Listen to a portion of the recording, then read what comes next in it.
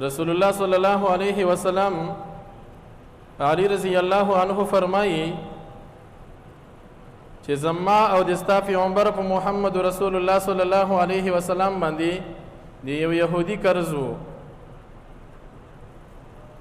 هغه یهودي راغللو زما او ستا پیغمبر محمد رسول الله صلی الله علیه وسلم ته فرمایي چې ما ته خپل قرض راکا.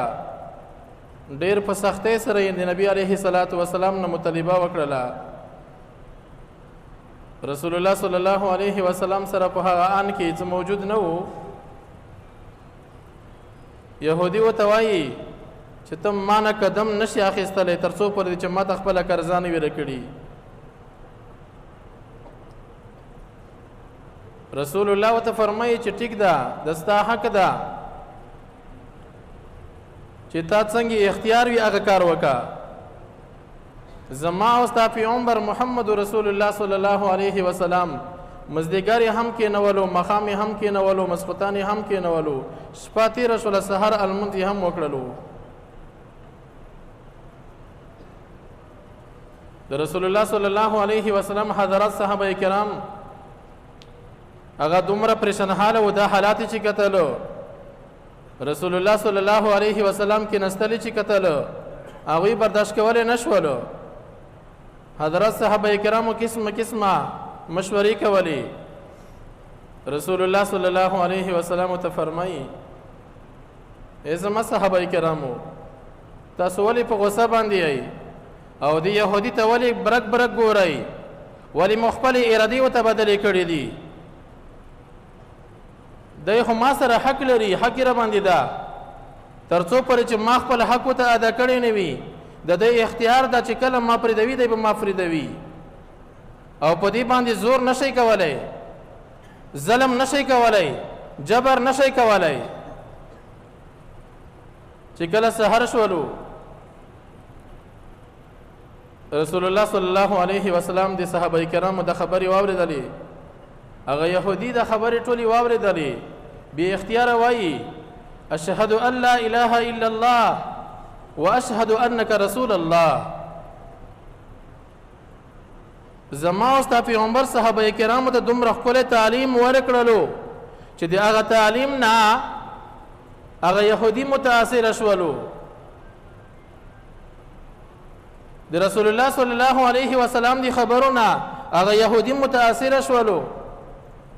کلمه یې ویله، آخر کې وایي چې ما تورات کې دا مطالعه کړې وه چې آخري پیغمبر به وي، مکې کې و پیدا کېږي، مدینې منورې ته به هجرت کوي، محمد به نام وي، د عبدالله بچی به وي، د عبدالمطلب المسی به وي، هاشم سره به تعلق وي، خسوا سره به تعلق وي، کلاب مرا سره به تعلق وي، غالب فهر سره به تعلق وي، مالک انانا خزیمه سره به تعلق وي، مدرکه مزر نزار معد عدنان سره به تعلق وي. او ما چې کله په تورات کې کومې نشانې کتلې وي او د محمد رسول الله دغه تعلیمات مې وکتلو زه پوه شولم چې دا آخري پیغمبر ده، لا نبي بعده، دین بعد کې بل نبي راتللی نشي، دین بعد کې بل نبي راتللی نشي. یهودي ډېر مالداره و.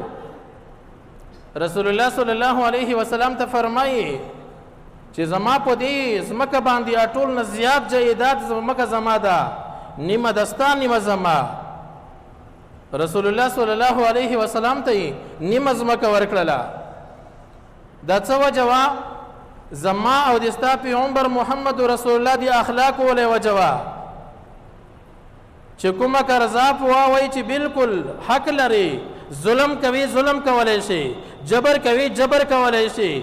ما خو شپه کېنوي که ما په شپو شپو باندې هم کېنوي هېڅ جرم نشته. او که ما ورته سره څوک دا معامله وکړي ځان سره لږ ته سوچ وکړه، فکر وکړه. که یو مسلمان غریب ورور موږ نه قرضه واخلي 500,000 روپۍ چې 2 ورځې بعد 3 ورځې بعد یې راوړم او هغه ډېر مجبوره وي میاشتې را نه وړي، رښتیا وایي زموږ ضمیر زموږ دماغ څه فیصله کوي؟